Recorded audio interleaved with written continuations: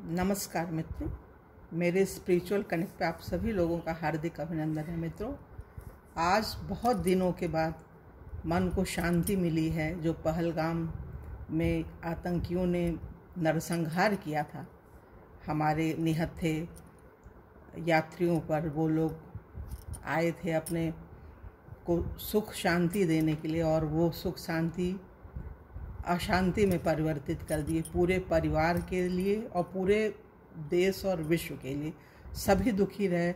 सभी सोच रहे थे कि इनको कैसे सबक सिखाया जाए। तो ईश्वर की कृपा हुई और मात्र 15 दिन के अंदर में ही ऑपरेशन सिंदूर नाम दे करके हमारे देश के प्रधानमंत्री मोदी जी ने इन आतंकवादियों को सबक सिखाया। क्योंकि उन्होंने बोला था, निहत्थे लोगों को गोली से मारी और उनकी पत्नियों से कहा कि जा कर के अपनी सरकार को बोल देना, जो करना हो कर लेंगे। तो ठीक है, कोई क्या करेगा, भगवान करते हैं। पाप इतना इनका बढ़ गया कि ऐसा करना ही पड़ा। और अभी न्यूज़ में हम सुन रहे थे, वहीं जम्मू कश्मीर का कोई बच्चा है, उसके पिताजी को आतंकवादियों ने उसी के सामने गोली से भून दिया था।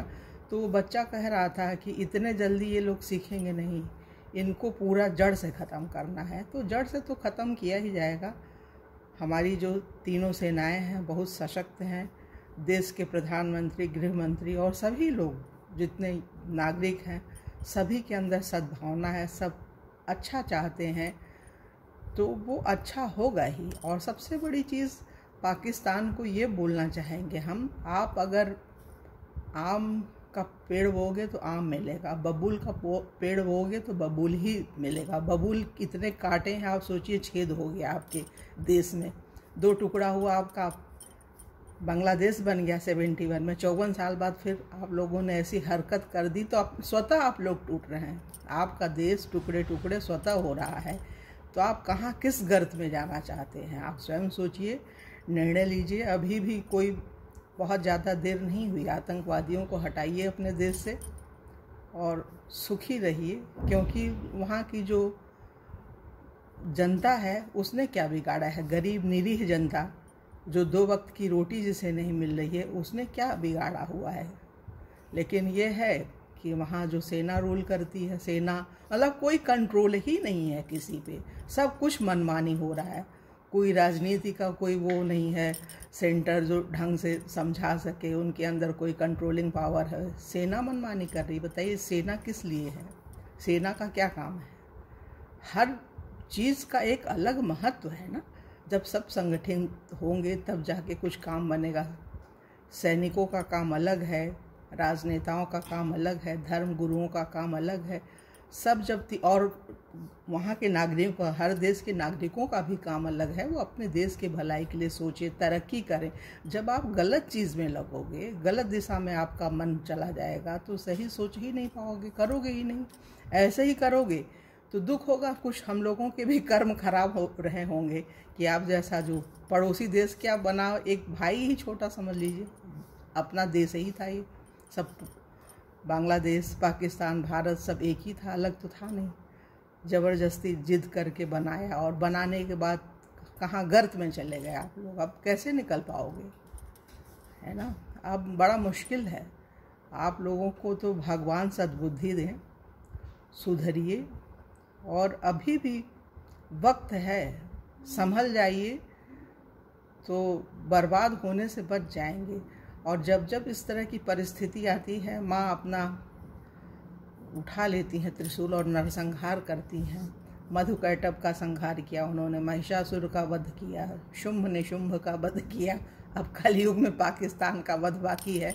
मैया वो भी कर देंगी। बलूचिस्तान में वो हैं हिंगलाज माता, 51 जो शक्तिपीठ से उनमें से एक शक्तिपीठ लोग कहते हैं कि वहाँ पे सर गिरा। बड़ी इच्छा होती है जा कर के दर्शन करने का। तो भगवान कभी कुछ ऐसा समय लाएंगे, सब चीज़ें अच्छी हो जाएंगी, तो हो सकता है कि वहाँ जा कर के दर्शन भी कर लें। और भक्ति में ही शक्ति है। भक्ति जो है जोड़ती है, तोड़ती नहीं है। वहाँ भी कुछ अच्छे लोग हैं, ऐसा नहीं पाकिस्तान में सब खराब ही हैं।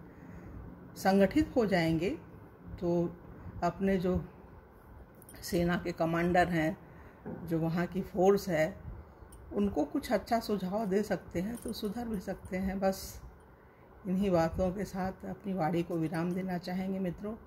और जो देश के अंदर जो शक्ति आई है, शक्ति भगवान की कृपा से आई है। आज चौथे नंबर की इकनॉमी हमारा भारत देश हो गया है, बहुत जल्दी दूसरे नंबर पे भी आ जाएगा। तो ये बहुत अच्छी चीज़ है। इन्हीं शुभकामनाओं के साथ, शुभ इच्छाओं के साथ अपनी वाणी को विराम देते हैं कि भारत देश दिन दूनी रात चौगुनी तरक्की करे और हमारे जो सैनिक लोग हैं, तीनों जो फोर्स है, नेवी, आर्मी और एयरफोर्स, वो सशक्त हों और अच्छे से अपना काम करें देश के लिए। बस इन्हीं बातों के साथ जय हिंद, जय भारत, ओम शांति, ओम शांति।